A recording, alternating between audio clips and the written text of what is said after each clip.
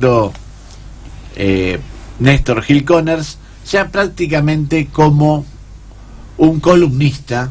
Exacto, de sí. Cosas sin dueño, porque nos quedó mucho en el programa anterior pendiente de poder desarrollar, y lo bueno que hoy estamos de vuelta juntos como para poder terminar esos tips que quedaron dando vuelta. Sí, terminar o ir ampliando, porque en realidad hay una dinámica absoluta en cuanto a los temas ambientales. Estuvimos hablando de territorio, y esta semana lo que hemos asistido, yo hoy a la mañana muy temprano veo a un señor, a un chacarero creo que en el Chaco, en la zona del norte, tratando de sacar sus vacas, y absolutamente desesperado, y era realmente un mar de agua, cosas que hemos visto también en la provincia de Buenos Aires, y que es reiterado. Y lo que me resultó reiterado, no sé, Néstor, a ver, vos qué opinás, el tema de que la queja era la misma, ¿no? O sea, si abrimos un libro de quejas infinito, ¿sí?, siempre tendríamos la misma queja, que es, no hay canalizaciones irregulares, no se limpian los canales, el agua no tiene escurrimiento, y alguna otra cosa. Vos esto lo has visto muchas veces. Sí, sí. Y también he visto en ese mismo libro de quejas infinito, las respuestas de los funcionarios se parecen mucho. Claro. Un evento como este, No hay ciudad que lo resista en el mundo, es un clásico. Sí. Que rápidamente sale como un cassette y se instala en cualquier medio, dicho por cualquier funcionario, y acá en La Plata lo hemos escuchado innumerables veces por gestiones diferentes. Sí, nos equiparon a una zona de huracanes muchas veces, ¿no? Porque bueno, hay algo de eso hay. Sí. Y también algo que vos recién mencionaste, el agua no escurre con facilidad en nuestra región. No. Normalmente el hombre es el que se ha ubicado en un lugar inadecuado, porque donde el agua estuvo, sí, también el agua vuelve a estar ahí, claro, cuando el clima vuelve a tener el mismo nivel de exceso hídrico como hay ahora, como se está dando en el norte. Casi es un acto de fe lo que estás diciendo, es como para empezar a creer en la fe, ¿no? En la fe y en Dios, o sea, donde el agua estuvo, vuelve a estar ahí. Bueno, pero tiene que ver con la historia de la Tierra. Sí, claro.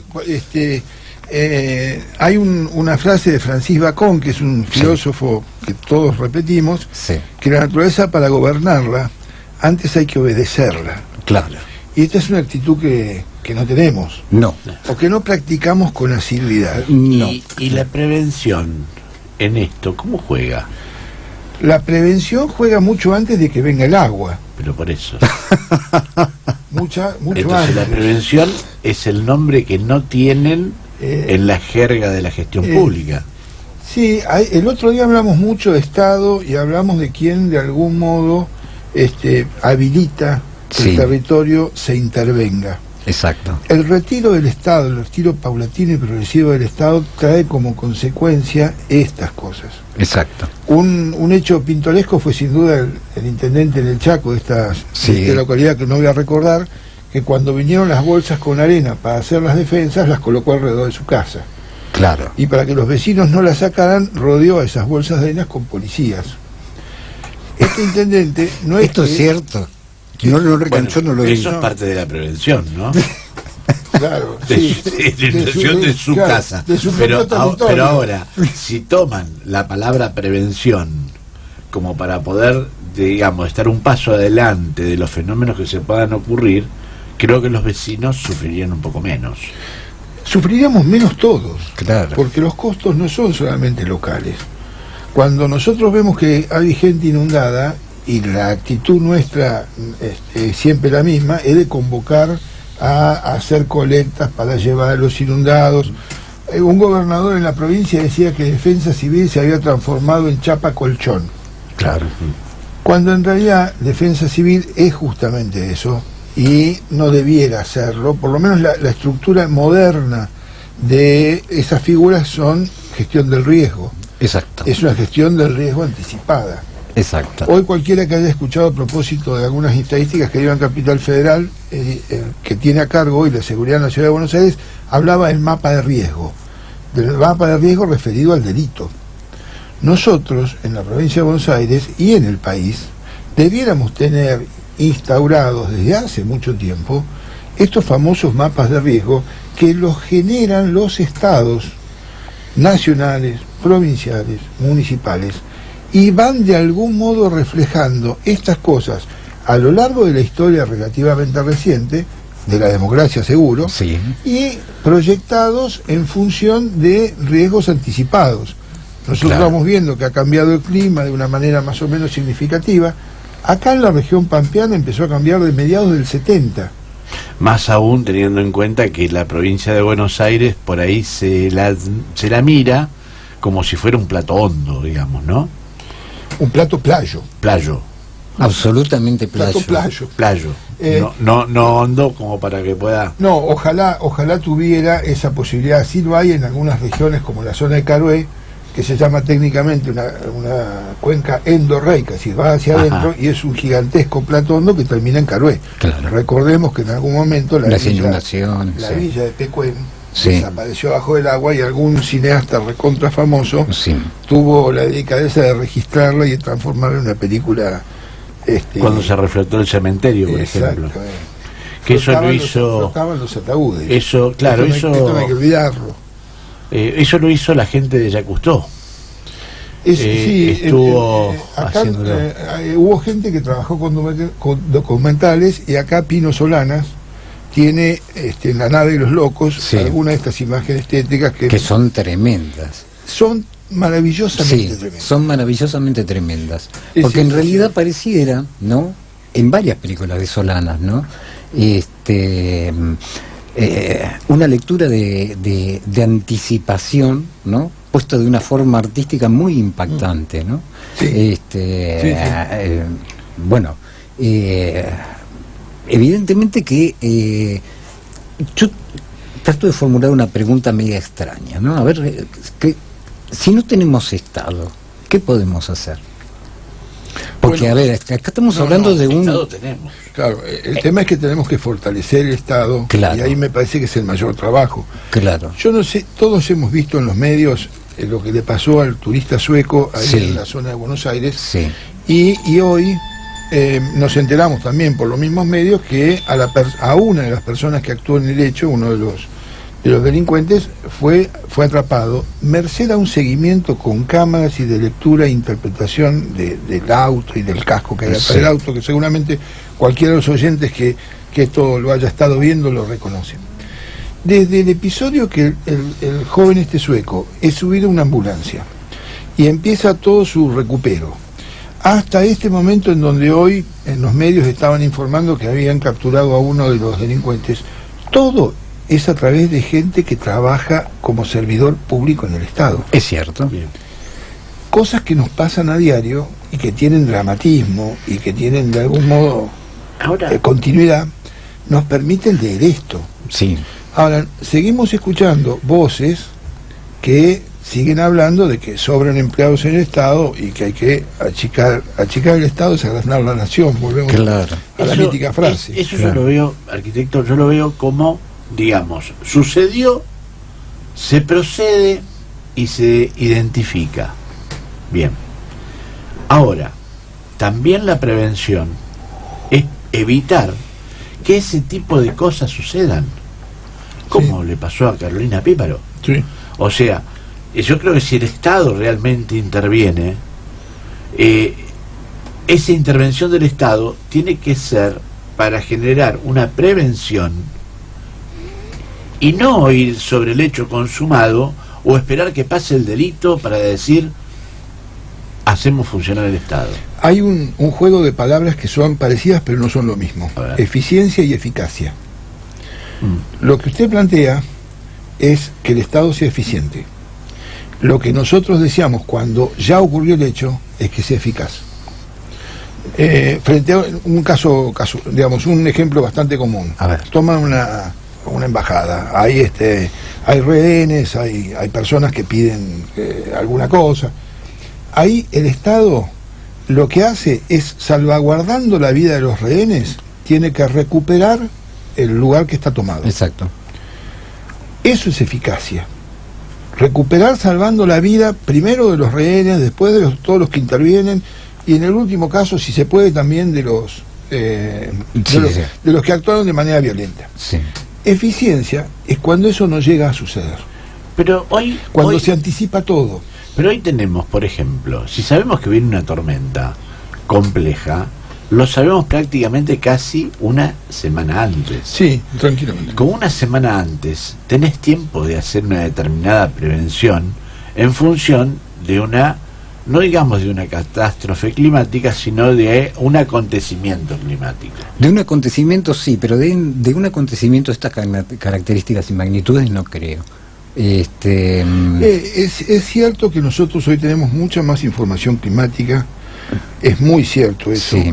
Y también que esta recurrencia también tiene un nivel de repetición demasiado rápido, elevado, sí, sí. En todo este tiempo, en todos estos años. Sí, claro. Es decir, esto no ocurre ahora. Si usted, algún memorioso recuerda Relatos de la Andresina, él habla de resignación cristiana frente a la inundación. Claro. Y el Estado puede mirar eso, pero no lo puede aceptar, claro. Porque de algún modo las personas que están ahí padecen todo tipo de padecimientos. ¿Y no será que quieren levantar la alfombra y barrer hacia abajo de la alfombra? Y en parte estamos haciendo eso. Porque yo pienso esto, ¿no? Si viene una gran lluvia, sí. Después de una gran lluvia, ¿qué viene? Sí, el mosquito. Sí, entre otras cosas. Entre otras cosas, ¿no? Claro, un montón de Y vectores. vos fíjate que tampoco hacen, y digo el mosquito porque después voy a la rata. ¿Qué es lo que pasa? Tenés el problema del dengue. Ahora del dengue no se habla, pero tenemos una proliferación de mosquitos, me trabó. Proliferación. Exacto. Mucho mayor sí, que sí. años pasados. Sí. Entonces yo digo, el Estado, ¿por qué duermen esas cosas? Miren, hace un tiempo la gestión de la gobernadora había armado, a propósito del dengue y de los otros compañeros del dengue, sí. un relevamiento con un sanitarista que habían instalado en la dirección de salud, un tipo muy capaz.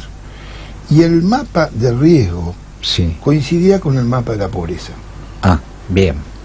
El mapa del riesgo coincidía con el mapa de la pobreza. Estamos hablando de vecinos del Riachuelo, vecinos de Sarandí, estamos hablando del desclasado. De asentamientos que están en lugares inadecuados y que acompañando a ese asentamiento en un lugar inadecuado conlleva todas estas otras cuestiones. El dengue no separa a quien, digamos, está mejor alimentado del que no lo está. Claro. Pero es claro que las mayores conflictividades estaban sobre las zonas con alto nivel de conflictividad ambiental. Claro. Eso está asociado. Tan amplio. Esto está asociado a la pobreza. Claro. Detrás de la inundación, como señala Santiago, detrás de la inundación también vienen las secuelas. Ojalá la única secuela fuera el mosquito. Lógico. Podríamos Ojalá pensar entonces que, según los datos estadísticos y trasladarlo al ambiente, si hay un 50% de pobres en Argentina y un 50% de riesgo directo con respecto a... Bueno, eso depende en qué lugar se encuentran, porque nosotros estamos escuchando que se está tropicalizando. Esto lo vemos hoy. Hoy hizo frío, sí, bueno, sí. media temperatura, Sí, sí. calor. Sí, y no solamente en nuestra región, es decir, Sí. se escuchan los lugares turísticos y todos los lugares turísticos de algún modo se quejan. Claro, la primera quincena de Claro. verano que fue un desastre Sí. en cuanto a en cuanto a las lluvias, Sí, etcétera. es verdad. Es decir, que Ahora, en cuanto a las precipitaciones, yo voy tirando temas y vamos viendo. En cuanto a las precipitaciones pluviales, ¿no? Tenemos, decimos, bueno, tenemos una infraestructura, Sí. que me parece que ya está media obsoleta, que están haciendo obras para poder poder soportar mayor cantidad de nivel de lluvia, pero también tenemos el cordón frutícola, por ejemplo. Y decimos, ¿por qué cordón frutícola? ¿Qué tiene que ver el cordón frutícola si no es cemento? pero hay pero es impermeabilización de suelo. Sí. Pero es nylon.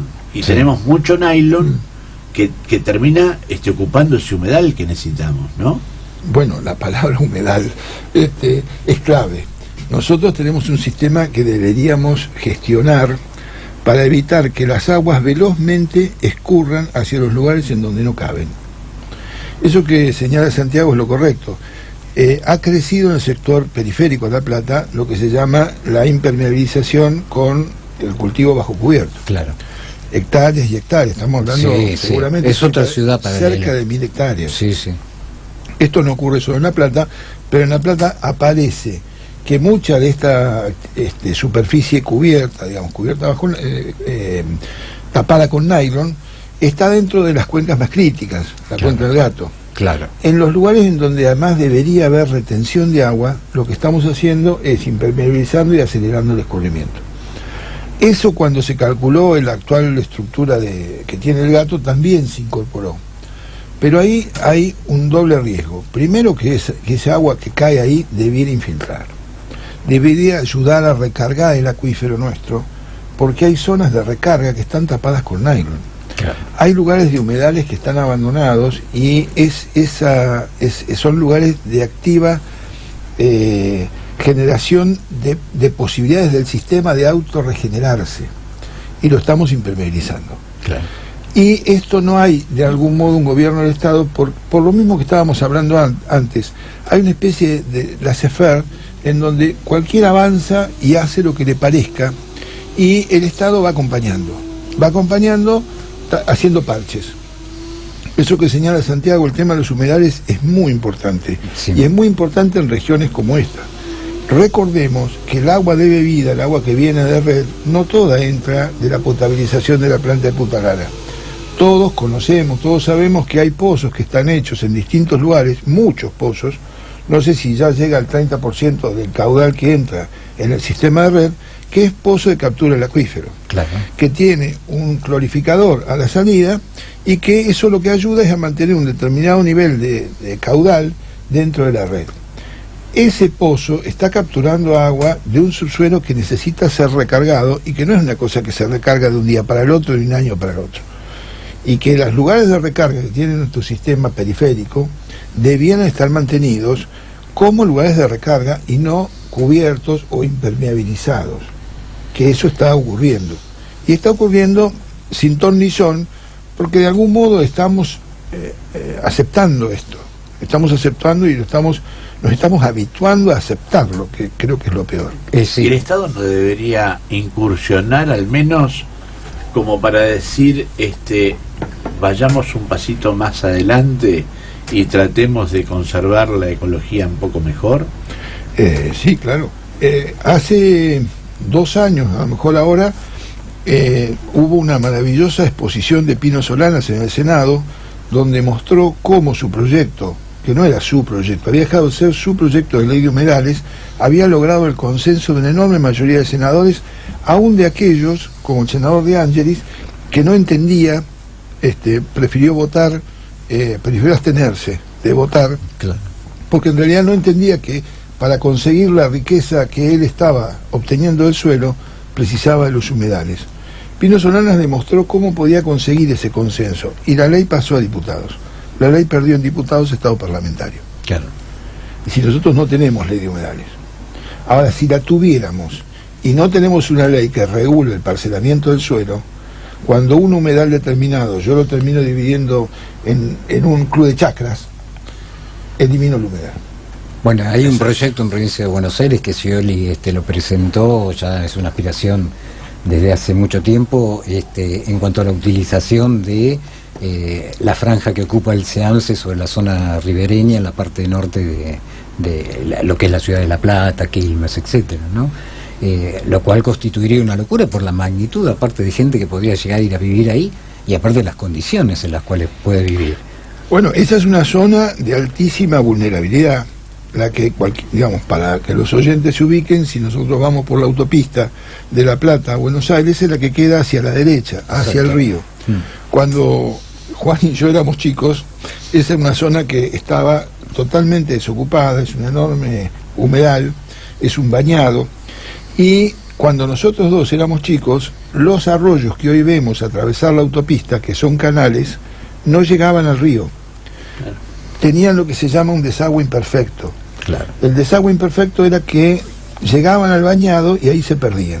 Cosa que la autopista funciona como tapón también, ¿no? La autopista relativamente funciona como tapón, sí es cierto, pero los canales esos, al abrirse, también favorecen que las inundaciones, cuando entren por los canales. Perdón, las inundaciones no, la crecida del río. Claro. Es decir, que el efecto inverso, digamos. Exactamente. El gran bañado que hay ahí entre la autopista y el río, si estuviera hoy como estaba cuando Juan y yo éramos chicos, funcionaría como un buffer, como un amortiguador de las crecidas y de los escurrimientos de los arroyos, porque cuando el río tiene sudestada, hoy los canales no consiguen vencer esa altura, y la sudestada en una inundación, como pasó acá en La Plata, Sí.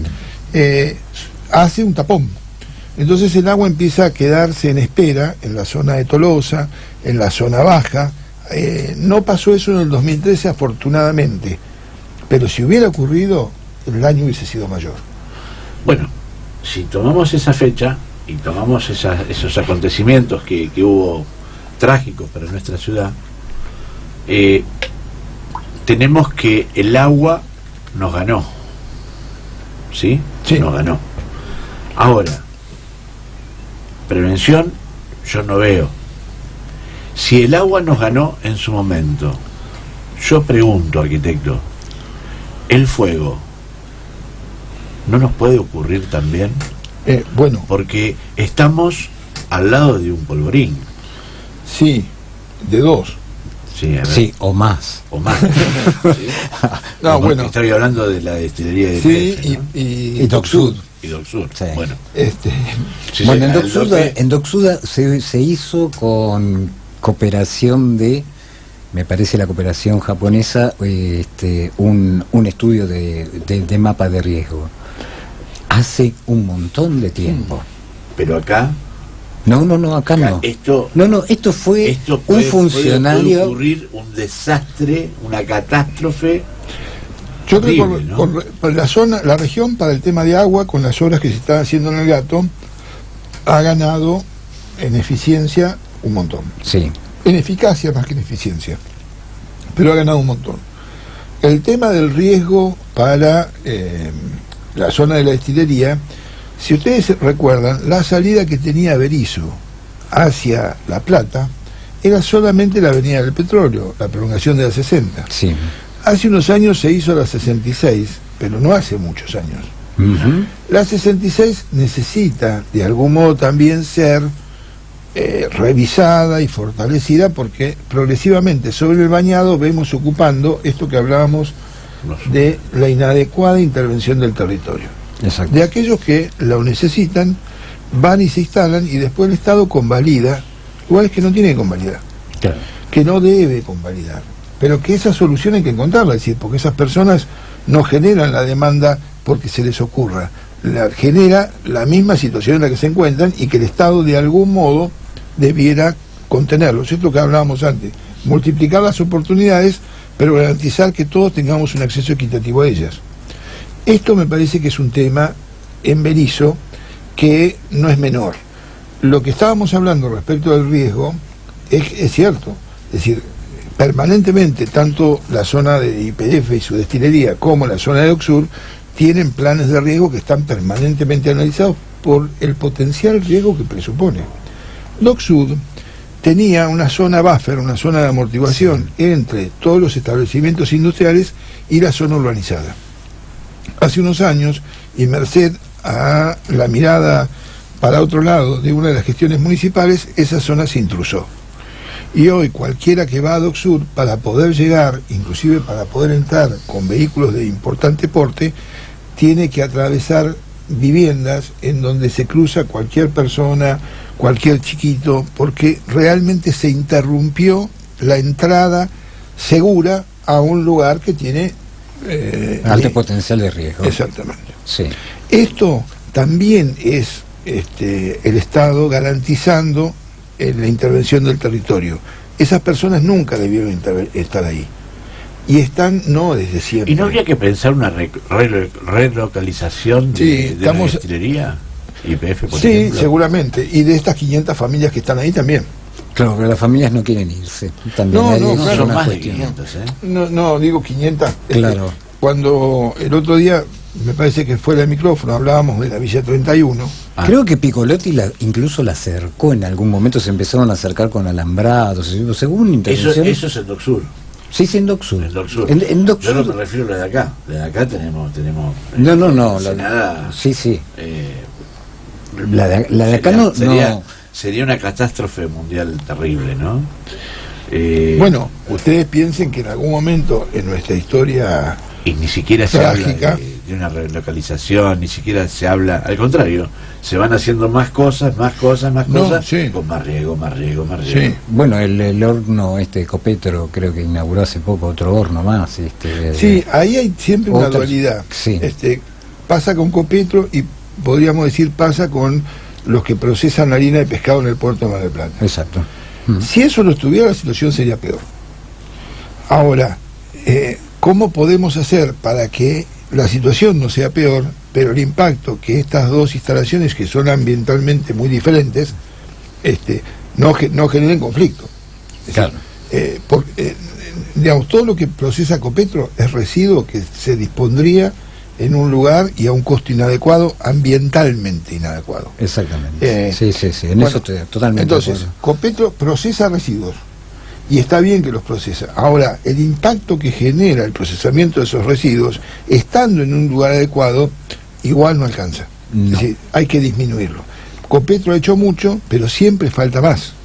El barrio Campamento, que es el clásico barrio afectado por las externalidades, para decirlo Sí, en un eufemismo, de Copetro, no debió haber estado nunca ahí. Pero el barrio estaba antes que Copetro, argumentan sus habitantes, y es parte del conflicto de quién ordena el territorio, con medidas preventivas, Claro. mirando antes, pero mucho antes. Claro. Sí.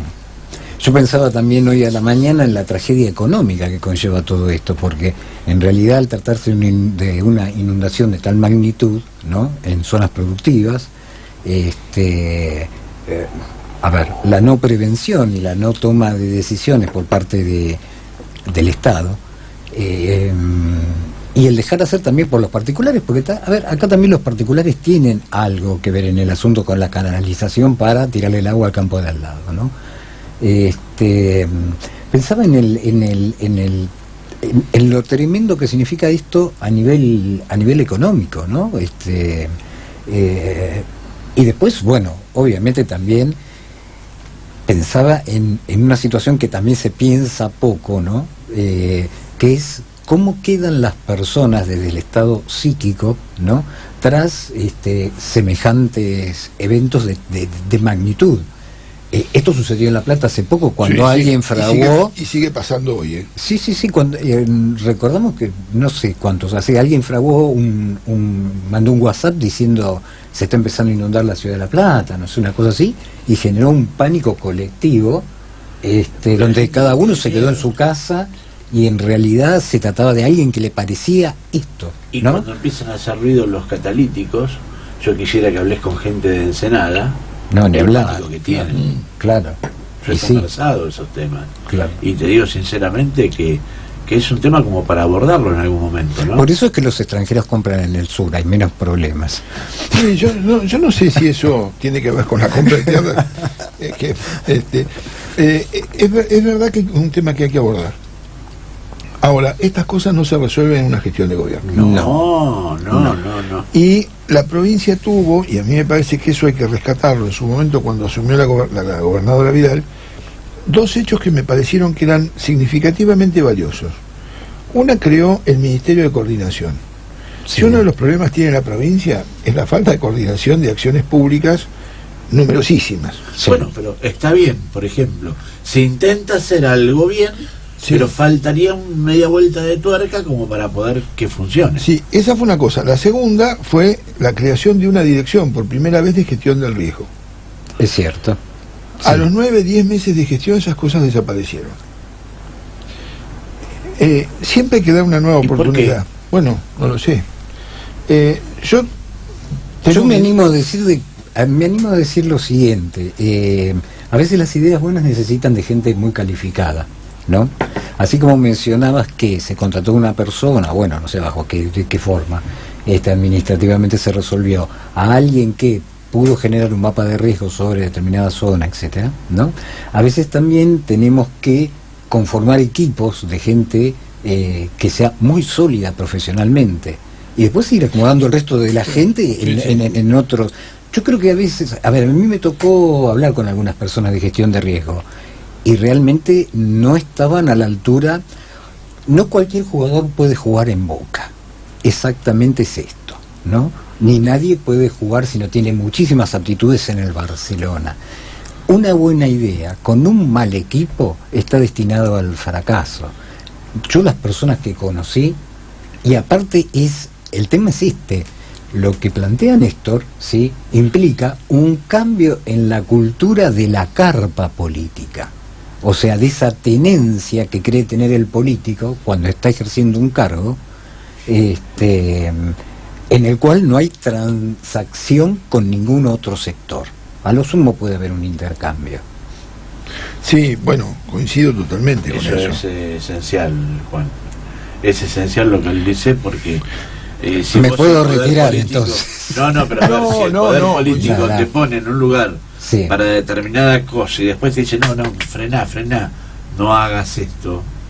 Porque vos tenés que ir en función de la prevención y del cuidado del otro. Yo quiero contar una anécdota que tiene que ver con el Plan Nacional del Fuego. Seguramente Néstor la puede superar con otras anécdotas o cuestiones por el estilo.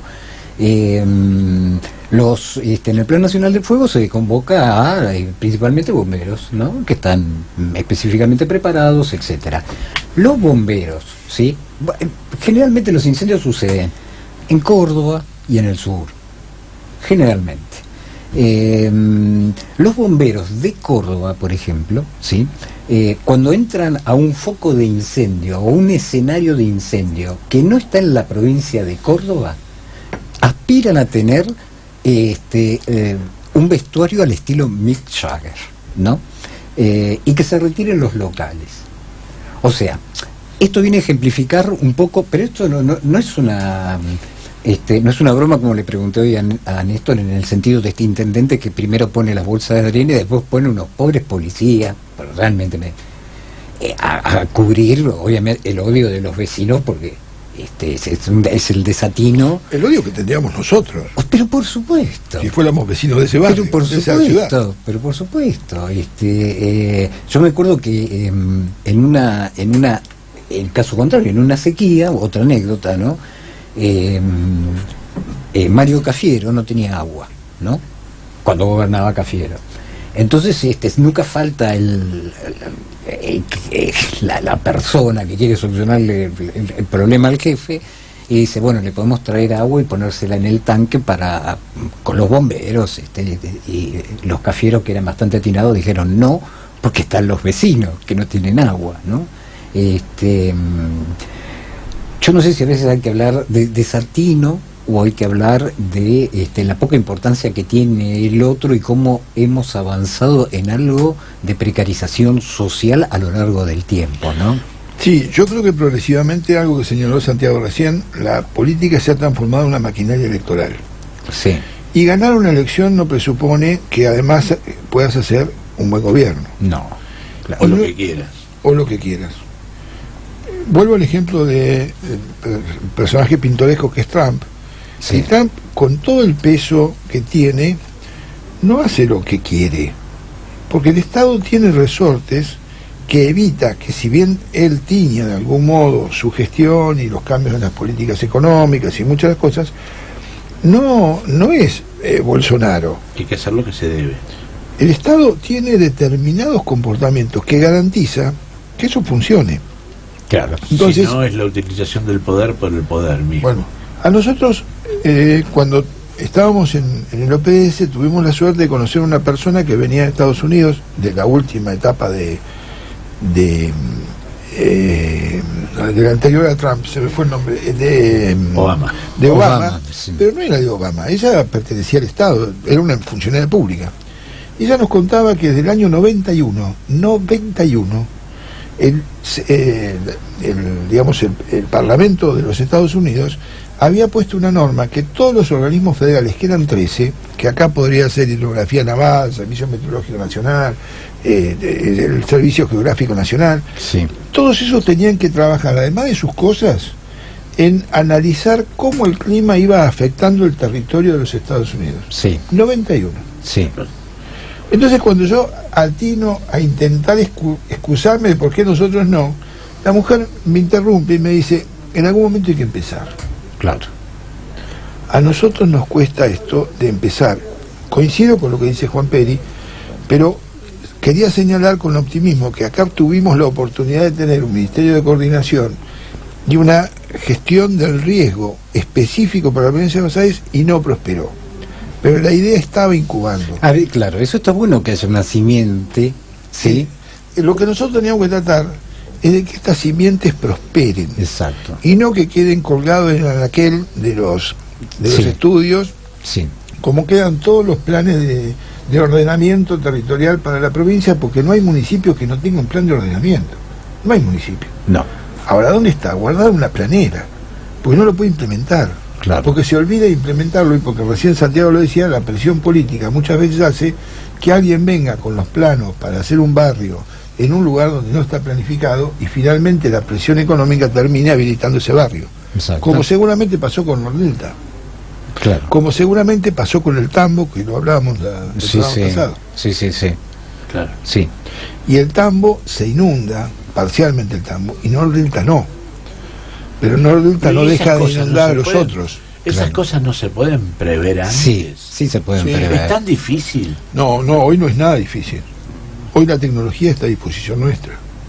No digo a disposición nuestra en el sentido Personal. personal. Sí, Es sí. decir, hoy contamos con una enorme capacidad de información que se puede transformar en lecturas de territorio. Sí, incluso hay mapas de colaboración, hay una colaboración, por ejemplo, en la parte norte del país, se sabe el efecto de la lluvia y de la inundación por Brasil, porque por lo general comienza aguas arriba. Si llueve mucho en Brasil, comienza a bajar hacia... Y yo digo, ¿no? Si nosotros tenemos nuestros humedales en riesgo porque están... La consigna es, los humedales no se deben tapar. No, pero digamos que esto es así, es básico. con Es el alga Corán del que asunto. se va eliminando. Y no se pueden hacer especies de Reservorios. reservorios, especies de alguna forma como para decir, esto le damos algo temático, le damos algo mejor a la gente, para que puedan disfrutar de determinada cosa, y a su vez nos puede permitir, que inclusive puede permitir estar más seguro, porque esos reservorios van a hacer que trabajen y funcionen y no venga el agua esa tan rápido como vos El planteabas. proyecto Holanda quiere. Bueno, Holanda, Suecia, Dinamarca, todos Claro, esos lugares Venecia. han encontrado una figura. El mejor modo de evitar las inundaciones es dejarlas que sucedan. Ah, eso está bueno. Hacen barrios arriba de los humedales. No sé por qué, pero se me cruzó el amor. De pronto con esa definición pensé en el amor. O sea, si querés salir mal de una situación, enamorate. Perdidamente. No, Somos tres hombres, chicas, no se enojen, no ha pasado absolutamente nada. Retomemos. La imagen es muy buena porque tiene que ver con esto que ambos señalaban. Uno puede tener como una consigna, el humedal no se puede tapar, pero sí se puede intervenir. El tema es que yo intervengo en el humedal sin quitarle su función ecosistémica. Exacto. ¿Qué quiero decir? Que yo, si tiene un determinado relieve y hay lugares en donde se inunda, no los relleno. No coloco un camino para evitar para que funcione como dique. Lo que hago es colocar intervenciones, pero en todo el mundo esto sucede y sucede muy bien. Coloco palafitos en donde arriba puedo poner un edificio de 25 pisos. Pero la planta baja de ese edificio de algún modo mantiene toda esta cosa ecosistémica, y como decía Santiago, yo puedo tener en algún lugar unas caballerizas y puedo tener un club de campo en otro, pero todo cuando se inunda, se inunda. Esto es lo que hay que aceptar. Exacto. Cafiero decía que hay que convivir con el agua. Convivir con el agua no es malvivir, es convivir, es aceptar que el agua ocasionalmente ingresa, inunda toda una zona baja en donde yo puedo tener un campo deportivo. No necesito mantener el mosaico de biodiversidad original. Puedo tener un césped inglés. Claro. Pero lo que no puedo es cambiarle el relieve, que es donde estoy generando el conflicto. Claro. Y puedo tener en el aire edificios, y también puedo tener carreteras. Ahora, a esta altura yo, no sé, se discutió mucho acerca lo que vos decías de Estados Unidos durante la COP que transcurrió acá en Argentina, mientras Kirchner era presidente. Nosotros tuvimos una reunión de prensa cerrada con la gente de Estados Unidos que votó en contra de la gran mayoría de los países en función de el interés que voy a expresar ahora, donde ellos decían exactamente lo que vos afirmabas, que ellos tenían un plan, que no era el plan del resto del mundo, ¿sí? Pero que ellos sí efectivamente tenían un plan, y tenían un plan en ejecución. Esto efectivamente sucede porque tienen alertas tempranas de tormentas, evacuaciones, o sea, a ver, pasan todas las cosas que pasan en cualquier territorio. Ahora tienen una forma de atajar, ¿sí? Acá atajamos ya directamente cuando hay que sacar el tipo en bote, o esto que pasa en Buenos Aires, esas esquinas donde la gente va asistiéndose, de alguna manera uno se agarra con otra. ¿Sabés qué se me ocurre en función de lo que decís, Juan? Sí. Que parte de la culpa la tenemos nosotros los votantes. Sí, que votamos, parte no, que una buena votamos, parte. claro, Sí. que votamos a determinados gobiernos sin saber qué cuerno piensan o qué plataforma tienen de gobernabilidad. No, que plataformas no existen más desde que yo iba a Bellas Bueno, Artes, o sea, pero- yo tengo pero- 60 pero años. sería bueno que cuando un gobierno asume, Sí. antes de que asuma, antes de que vos le pongas el garbanzo dentro de la urna, o el poroto, como quien dice, tener una plataforma y decir que estos van a hacer determinada cosa. Porque estos tipos, por ejemplo, los que están decían, yo no voy a hacer esto, no voy a hacer esto, no voy a hacer otro, pero hicieron todo lo que decían que no iban a hacer. Claro, pero si uno ve, por Sí. ejemplo, la preocupación del otro día tuve acceso, que lo comentaba con vos, a un estudio de Ecolatina que hace mes a mes, la parte de la preocupación de la gente en los casos relevados marcaba, en primer lugar, la situación económica, en segundo lugar, ya muy atrás, la inseguridad, ¿sí? En tercer lugar, muy atrás, la corrupción. Y después había dos preocupaciones, o sea, el medio ambiente, ¿no? O sea, la casa, la función de casa, yo ni siquiera estaba intervenida como pregunta. Por supuesto que tampoco estaba intervenida como resultado. Hay un libro de nuestro común amigo Federovisky Sí, que lo tituló El medio ambiente no le importa a nadie. sí, muy buen título. Es muy buen título. Ahora, si a esa oración yo le cambio el sujeto y pongo la salud, pongo la educación, pongo cualquiera que se me ocurra, los perros sueltos en la calle, Sí. la respuesta va a ser siempre la misma. No le importa a nadie. Qué buen título eso que dijiste. A ver, tira la vuelta. ¿Y por qué digo esto? Porque en realidad, ¿por qué me tiene que O sea, importar el medio conceptualmente ambiente? los argentinos no tenemos un interés de importancia, salvo en el fútbol, cuando hay un... En cosas más inmediatas. Que Claro. si se inunda la ciudad, Sí, y tenemos preocupación por la inundación. claro. Se va la inundación y vienen los mosquitos, como recién decía Santiago, Sí. tenemos preocupación por los mosquitos. O ahora por el ratón colilargo, cuando es endémico de la región y siempre hubo no más de 50 u 80 casos a nivel provincia. Claro, Pero lo pasamos a tener el gran título en los medios. sí. En realidad lo que yo quiero decir con esto es que nosotros debiéramos tener una estrategia global que apunte a la idea de desarrollo. Entonces, esté contenido la salud, donde esté contenido la educación, donde esté contenido el ambiente. Porque que el ambiente hoy compita con la idea de desarrollo es un disparate solo atendible a países como el nuestro. Sí, claro. Cuando O a se- China. bueno, ¿Cuántos casos me decís que se estaban en la provincia con el no tema lo del digo yo. ratón? Están, No, si lo los, decís, los pero san- los sanitaristas que están Sí. ahora hablando, cuando les preguntan qué riesgo hay en la provincia de Buenos Aires, explican dos cosas. Una, que lo que está ocurriendo en Epuyén es una cepa de un anta diferente del que tiene la provincia de Buenos Aires, Exacto. que no se transmite de persona a persona como sí se sabe que ocurre en Epuyén y como ya ocurrió en el año 96 en Epuyén. Y cuando hablan de la provincia de Buenos Aires hablan de un anta diferente y que ese anta diferente ha generado, porque es un mal endémico quiere decir que es nuestro de siempre, y ha generado entre 50 u 80 casos, varían los años y varían las condiciones ambientales, de los cuales estamos muy por debajo. De los cuales nosotros siempre tenemos. Lo que pasa es que no toma estado público, porque son muy bajos. Pero estamos muy por debajo hoy lo que está sucediendo. Entonces. Bueno, yo no tengo el registro, no podría afirmar eso, pero lo que decía el sanitarista, y un sanitarista del Estado, que esas cosas se atienden, que hay atención en los hospitales, pero como nunca alcanza un nivel de severidad como el que ocurre en Epuyén, es decir, que siempre son casos que pueden tener severidad pero que no llegan a la muerte, o por lo menos son muy pocos, lo que hacen es una atención, digamos, adecuada al nivel de complejidad del tema. Claro. ¿Por qué nosotros le damos este nivel de severidad? Inclusive hoy había gente como si estuviera en la película ET, que estaba haciendo limpieza de lo que sea. De lo que sea. Sí. Ese tipo de cosas así cinematográficos que se nos pasa a todos, no deberíamos tenerlas si nosotros actuamos de manera ordenada, es decir, si Claro. somos eficientes. Sí. Yo no sé si ustedes se Ahí hay acuerdan. un primer caso, que es la información.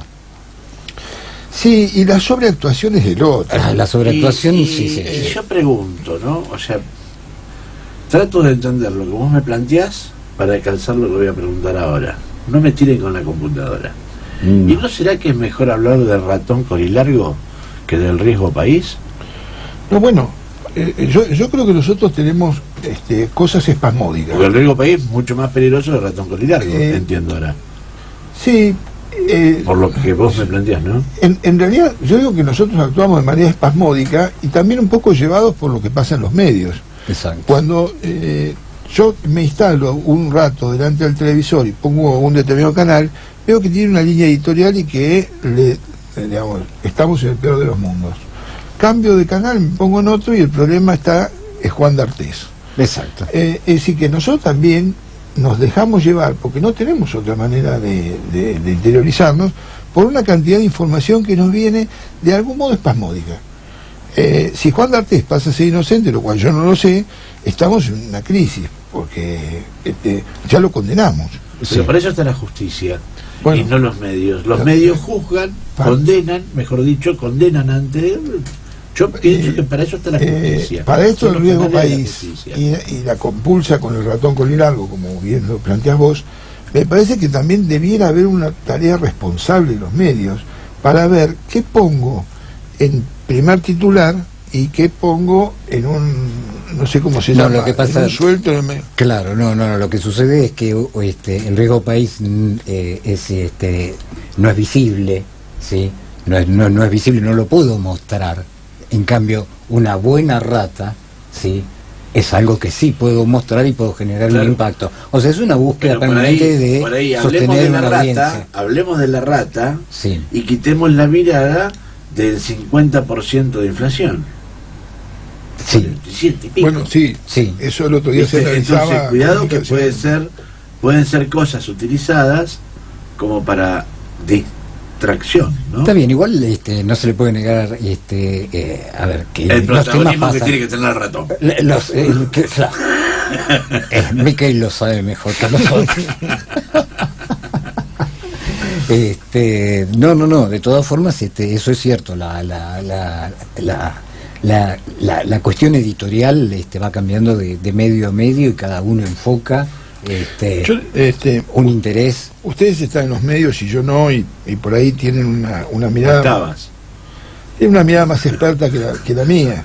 Pero yo les cuento una anécdota a propósito de estas que contaba Juan, de hace unos años, allá por los 90, cuando el diario Clarín publicó, no sé si ustedes se acuerdan, entre las tantas crisis económicas que hemos tenido nosotros, hay que tener mucha memoria, Tremenda. después de la hiperinflación del 89, que desaloja al doctor Alfonsín de la presidencia, hubo un momento en donde como que se aplanó, y después vino otra hiperinflación, y después vino la convertibilidad.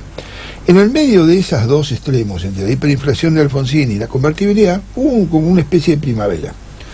En ese momento, el diario Clarín, como leyendo esto, pero yo sospecho que inocentemente también, una columna que estaba en uno de los diarios decía: una familia por día se muda a Zárate. Zárate era, y es hoy aún, un lugar de importancia en el crecimiento del empleo, porque muchas industrias estaban radicando ahí, porque estaba en el cruce de la que sale para la 14 y la que sigue para la Panamericana, tiene puerto, que es Campana, el complejo Zárate Campana es un lugar interesante. Entonces muchos medios de la media mañana en las radios tomaron ese suelto porque llamaba la atención. Una familia por día se muda a Zárate. El intendente de Zárate en aquel momento estaba desesperado. Por supuesto, claro. Desesperado, y los medios, ¿a quién iban a llamar para consultar sobre eso? Llamaron a planificadores, llamaron a sociólogos y llamaron al intendente. Claro. Y el intendente tuvo una charla en uno de los medios que recuerdo que me impactó, porque él le decía, dice, no es cierto, no se muda una familia por día. Bueno, ¿cuántas familias se mudan por día? No lo sé, pero una no. Claro. Entonces, es esa cosa que nosotros muchas veces tenemos para analizar, en donde nos falta información, pero negamos la que nos ofrecen, porque no sabemos de dónde viene, porque no nos conviene que esa información sea cierta. Exacto. Esto tiene que ver, por un lado, el medio, Sí. que genera una información que habrá tenido alguna fuente y no la declara, pero esa fuente impactó muchísimo en la comunidad de Zárate.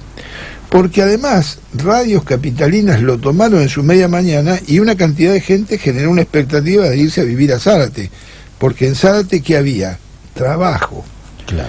Ahora, detrás de eso está eso que hablábamos en el programa anterior, lo que técnicamente se llama capacidad de carga. ¿Cuánta gente puede recibir Zárate por la demanda que tiene de trabajo? Y esa gente que recibe, ¿qué servicios le tiene que dar? Escuela, salud, alojamiento, Cloacas, agua, además, digamos, iluminación, detrás del alojamiento calles. va todo eso. Entonces, y aparece el transporte y aparece una cantidad numerosa de cosas. Este tipo de cuestiones tienen también que ver con los medios, porque si nadie hubiera puesto que una familia por día se muda a Zárate, sí. si nadie hubiera multiplicado esa información en una radio, seguramente yo hoy no estaría contando esta anécdota. Y el intendente de aquel momento ni se acordaría de ese muy mal momento que tuvo que pasar para explicar lo que no podía explicar, porque no lo sabía. Claro, exactamente. Bueno, también hay que considerar que ese intendente era un rara avis. En general eso se tomaba como una situación optimista, ¿no? O sea, bueno, vienen hacia acá, voy a tener mayor poder político, etcétera, ¿no? Sí, era un rara avis. Era un rara avis, ¿no? En definitiva, los rara avis son los que van logrando ir corriendo esta línea de frontera tan pesada que tenemos los argentinos en todos los temas. Sí, ahí volvés a la opinión de hoy de Santiago. Sí. En realidad, la política debiera volver a ocuparse de la gestión. Y no solamente como digo yo, del proceso electoral. Exacto. Es que si no hay gestión, no hay política. Porque la gente necesita la gestión. Es que el Estado no es el gobierno. El Estado debería ser un habituado a hacer gestión anticipativa, la gestión estratégica, la gestión que querramos. Y el gobierno, como decíamos hoy con el caso de Trump, acompaña con un matiz cada periodo. Exacto. Pero no lo cambia de raíz. Mi abuelo decía que esa función la cumplía el rey. La de Trump. Bueno, sí. La vieja figura de que el Estado soy yo. Claro, claro. Y que hacia abajo, ¿no? Se generaba todo un tamiz de responsabilidades, pero había alguien que ponía la espada justa sobre las cuestiones, ¿no? Ahora, si nosotros fuéramos Estado, ¿sí? Nosotros tres que estamos aquí, ¿qué haríamos? Bueno, En principio también podemos hacer silencio. Yo te puedo decir lo que yo haría. A ver. Primero, me rodeo de los profesionales adecuados. Si yo no tengo la capacidad en el cargo que me pusieron. Bien, ¿llamás a concurso Segundo, o no? llamo a concurso. Perfecto. Segundo, una vez que lo hago, pongo la herramienta que me permite el lugar que estoy, que el Estado me pone ahí, esa herramienta la pongo al funcionamiento y a disposición de la tarea y el tema que me competa tener que desarrollar. Eso es lo que haría si fuera Estado. Bien. Parece fácil, pero no sucede. No, pero se puede hacer, Juan. No, ya sé. A ver, yo te digo por experiencia propia que cuando tengo que hacer determinada cosa, digo, bueno, tengo que hacer esto, entonces me tengo que rodear de la gente adecuada. Claro. Porque esto es así.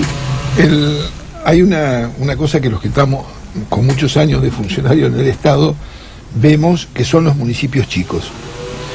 Los municipios chicos han ido perdiendo la memoria, porque cada gestión que reemplaza a otra se lleva a los funcionarios, que además son los únicos empleados. Entonces queda muy poca gente permanente en el municipio que sea el responsable de atesorar esa memoria de año tras año de las cosas que se fueron haciendo y que se fueron demandando y que se fueron planificando. Eso pasa en la mayoría de los municipios chicos de la provincia y del país seguramente. Claro. Entonces, cuando uno va a algún lugar, se encuentra que el funcionario que está, al ser nuevo, no conoce o no recuerda cosas que uno a lo mejor conoció de otra gestión anterior. Sí. Pero acá hay gente, por ejemplo en el municipio de La Plata, que saben hasta dónde pasa un cañito. Y si se Y van... ¿sabés qué? No le dan la importancia de que esa persona sabe determinada cosa. Y sabés que lo tienen por ahí en artículo 6º, allá. En el famoso gallinero de Borges. Entonces, eso es lo que el poder político no debe hacer. Bueno. Porque seas radical, seas peronista, No seas me escuchó conservador, porque es peronista. no quiso a ver, escuchar. más allá de la ideología política, Sí. si tu intelecto da para estar en determinado lugar, Sí. creo que lo que a mí me corresponde, si yo tengo, digamos, la capacidad, es de convocar a esas personas, no mandarlas allá abajo al sótano. Bueno, esto viene de acuerdo a lo que contabas de la andricina, ¿no? O sea, parecería ser que la cuestión es generar un estado de sufrimiento innecesario, pero es sufrimiento al fin. Sí, sí. Hay una cuestión así, hay una cuestión de autocastigo en este país, ¿no? O sea, en el Estado provincial, yo no sé ahora, porque ya hace un tiempo que no estoy tan cerca, pero había una cosa que se llamaba el placar, ajá, a donde te mandaban después de que sí, vos claro. eras un tiempo funcionario. claro. Y en realidad la figura que fija la ley es profesional de apoyo. Claro. Lo curioso es que ese profesional Eso de no apoyo... está mal.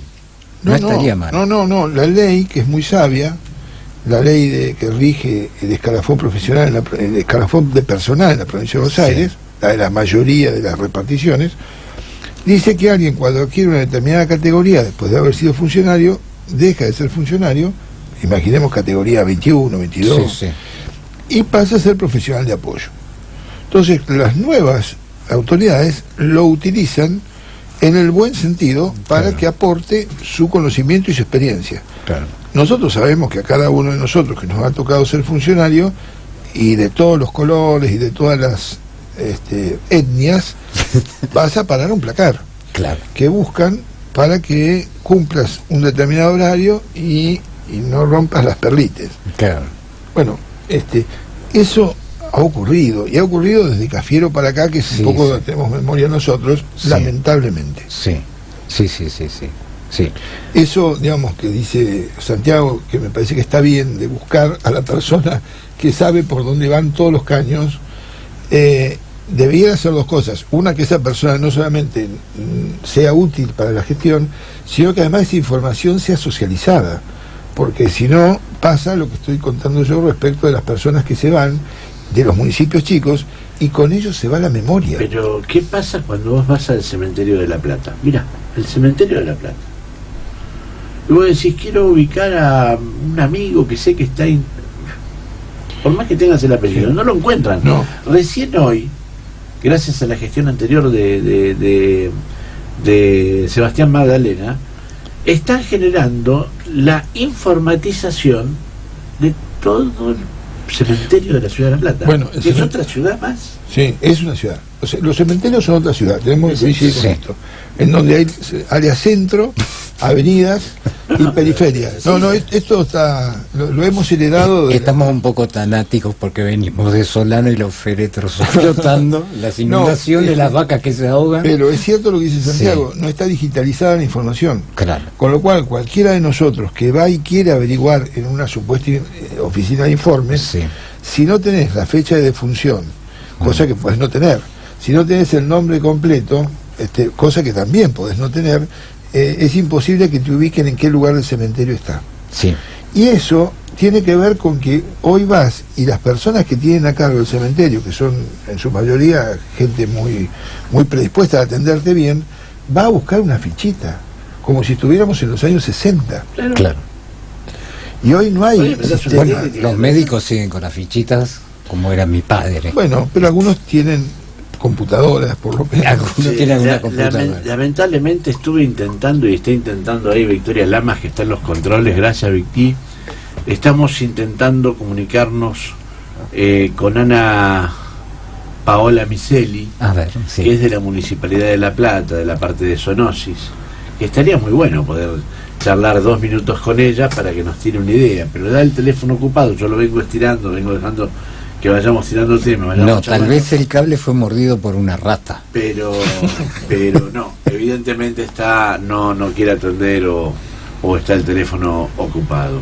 Sí. Así lamentablemente no podemos hablar con la funcionaria de la ciudad de La Sí. Plata como Eso es para un tema, poder ese es un tema que también que preocupa, ¿no? A los que hemos hecho prensa por ahí en el tema de tratar de sacar al funcionario debajo del escritorio ante el evento que le compete, ¿no? tener miedo de hablar. Exactamente, sí, no, el pánico escénico de, bueno, parece que mi responsabilidad era cierta, hay esto, ¿no? Sí, es muy bueno lo que decís. Es bastante difícil también eso de lograr que el funcionario sea alguien Pero que yo cumpla te- la función voy- pública, ¿no? Voy a O redoblar sea, el rol. Sí, Para el próximo programa sí. voy a tratar, tenés que estar como columnista, porque te digo que le das un brillo extraordinario al programa. Yo estoy totalmente de acuerdo, totalmente de Para mí acuerdo. tiene un brillo extraordinario con el arquitecto acá en el programa. Aparte vamos a una velocidad, aparte tenemos un cierto humor, Pero vamos a tratar de tenerlo a Pino Solanas en la próxima, aunque sea en el teléfono. Bien.